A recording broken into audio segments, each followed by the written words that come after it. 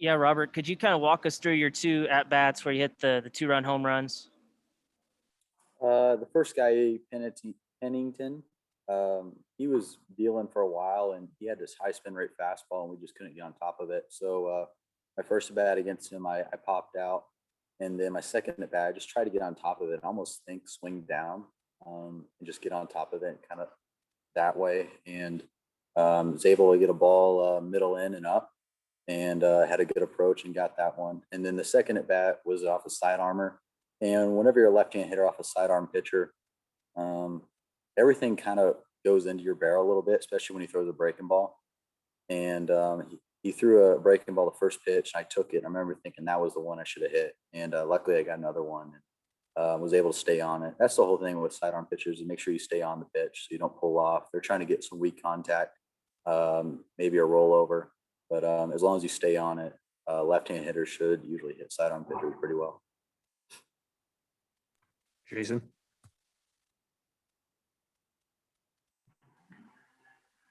You guys continue to come back in games. I mean, it's not a good team is able to do that and win those close games.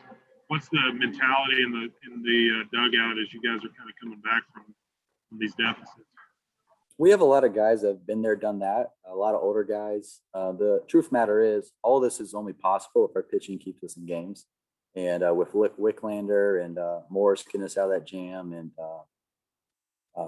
Cops getting us out of that jam, we believe in Costi. Costi's really hard to hit. It just wasn't his day, but luckily Cops kept us in the game, and obviously with Wiggins. But our pitching keeps us in games, and we're just very calm. That's all I can say. Just being very calm, realizing the game is it's a long game. There's many chances, and the game's not over till the final out.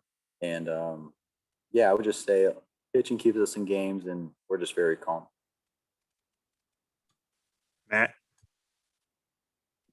You came close, and I'm talking about as a team, to getting through against Whaley in the seventh inning and stranded a couple. Did you see anything there in the seventh that helped you in those first couple of at bats in the eighth? I would say just as a team, just keep grinding at bats.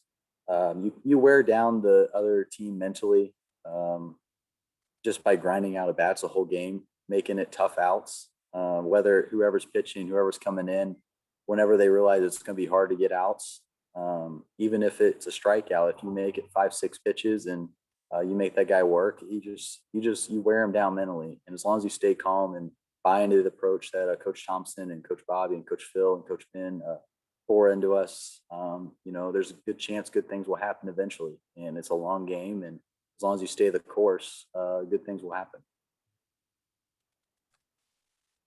Tom? Robert, you guys knew what kind of glove you were getting out of Battles, but he's been hitting for you too, and he was on base for your first home run. Just what has he meant to you guys from an offensive standpoint? Jalen, first off, is just an unbelievable teammate, just fun to play with. And, he's very talented.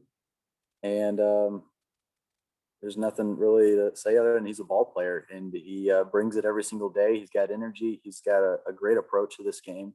And whenever he steps into play, he gets his best swing off, and he gives himself a chance to do damage.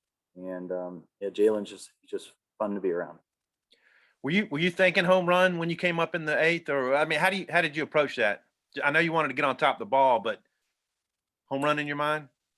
You talking about the sidearm guy or the? Yeah, the sidearm guy. With a side armor, you just have to stay on it.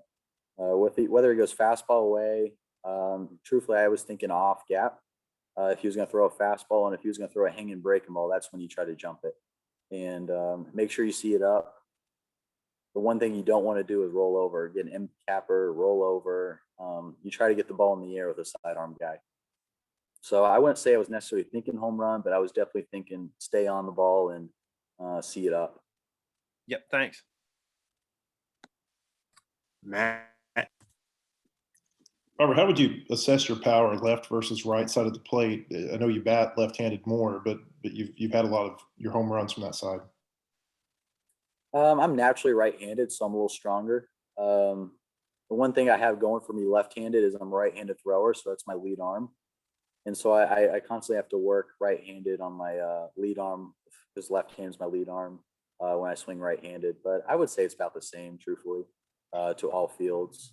I have a lot more left-handed bats, so it's easy for me to get in a groove that way than it is right-handed. Right-handed, my swing's a lot more simpler just because the natural side is the stronger side, and I'm able to just repeat things a little better. But I would say it's truthfully about the same.